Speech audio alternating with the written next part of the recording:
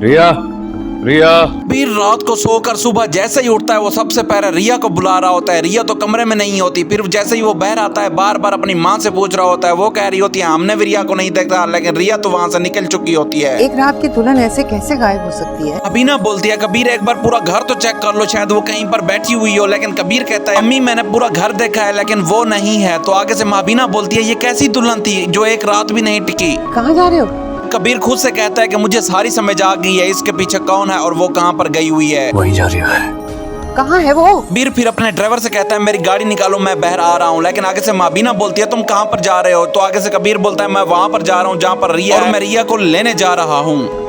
वहीं जो उसे नहीं होना चाहिए था। अबीना बोलती है कबीर आखिर तुम उसे कहाँ पर ढूंढोगे? वो तुम्हें नहीं मिलेगी। लेकिन कबीर कहता है अम्मी मैं उसे ढूंढ कर आऊंगा क्योंकि मुझे पता है वो कहाँ पर है। पापा को तुम पे फख्र हो। गाइस जब रिया कबीर का घर छोड़कर अपने घर में वापस आ जाती है तो उसकी बहन असमा बहुत ज्यादा खुश होती है और कहती है तुमने अपना सर फख्र से बुलंद कर दिया है। लेकिन रिया दिल ही दिल में बहुत ज्यादा परेशान होती है। आज तुमने साबित कर दिया। असमा बोलती है रिया मुझे लगता था तुम कभी कुछ नहीं कर पाओगी, लेकिन आज मुझे तुम पर पूरा यकीन हो गया है कि तुम अस्कर अली खान की बेटी हो। असमा बहुत ज्यादा खुश होती है और कहती है रिया तुमने आज अपने बाबा का नाम सर फख्र से बुलंद कर दिया है, तुम्हें तो खुश होना चाहिए। बीना के मुंह पर ऐसी जिल्लत मारी है ना। असमा बोलती है रिया तुमने आज महाबीना को बदनाम करके दिखाया है। वो कभी अपना मुंह किसी को दिखा नहीं सकेगी। वो इतनी ज्यादा रुसवा हो गई है वो सारी जिंदगी चीखती रहेगी, सारी जिंदगी याद रखेगी। लेकिन गाइस ये सारा कुछ होने के बाद रिया दिल ही दिल में बहुत ज्यादा परेशान होती है। वो बार बार रोई जा रही होती है।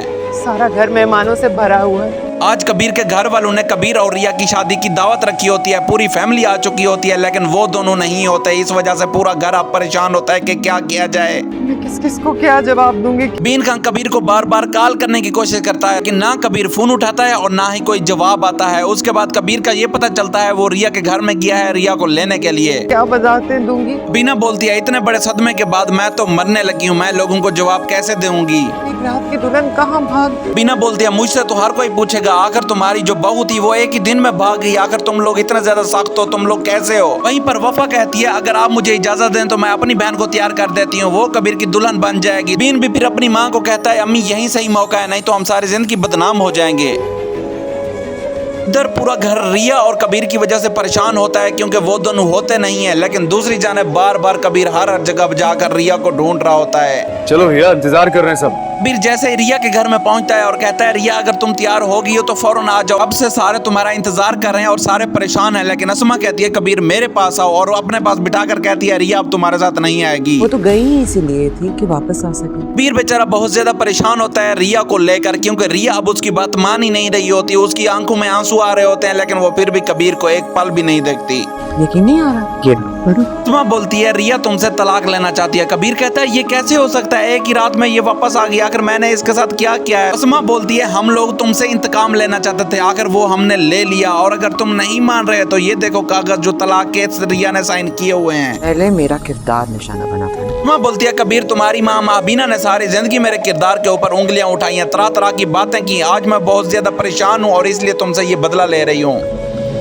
कबीर बेचारे के ऊपर कब कभी तारी हो जाती है जब वो तलाक के पेपर पढ़ता है। तुम्हारी मर्दानगी की निशाना बनेगी।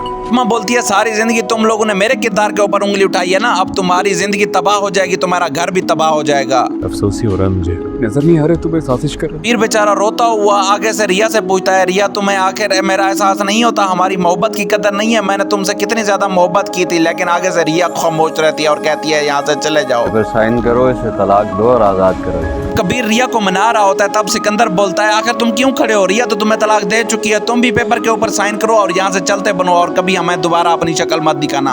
तुम यही चाहती हो? कबीर बोलता है रिया ये तुम चाहती हो कि मेरी इज्जत के ऊपर उंगलियां उठें, आखिर तुम इस वजह से खुश हो जाओगी? तुमसे तलाक चाहिए। कबीर को बोलती है मैं तुम्हारे साथ नहीं रहना चाहती, मुझे फौरन तलाक चाहिए तुमसे, मैं और तुम्हारे साथ आना भी नहीं चाहूंगी। कबीर को आगे से धक्का देती है और कहती है तलाक करो और यहाँ से निकल जाओ। मोहब्बत में तलाक नहीं। कबीर बोलता है रिया जो कुछ भी कर लो मैं तुम्हें तलाक तो नहीं दूंगा क्योंकि मैंने तुमसे असल मोहब्बत की। अगर तुमने धोखेबाजी और इंतकाम मुझसे लिया है इसका सारी जिंदगी तुम्हें अजाब मिलेगा, मैं तुम्हें तलाक नहीं दूंगा। जान आती है जान जाती है। कबीर बोलता है रिया मुझे अपनी जान की परवाह नहीं है, मुझे कोई मारना चाहे तो मुझे मार दे, मैं अपनी जिंदगी खुशी खुशी दे दूंगा, लेकिन मैं तुम्हें तलाक नहीं दूंगा। तुम मेरे साथ धोखा कर रही हो, मैं तुम्हारे साथ नहीं करूंगा।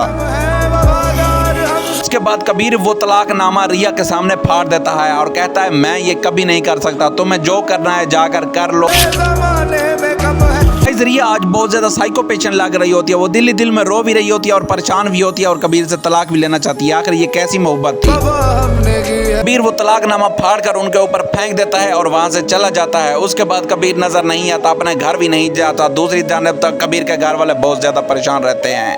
अगर आपको हमारी वीडियो अच्छी लगती है तो काइंडली लाइक एंड सब्सक्राइब जरूर किया करें।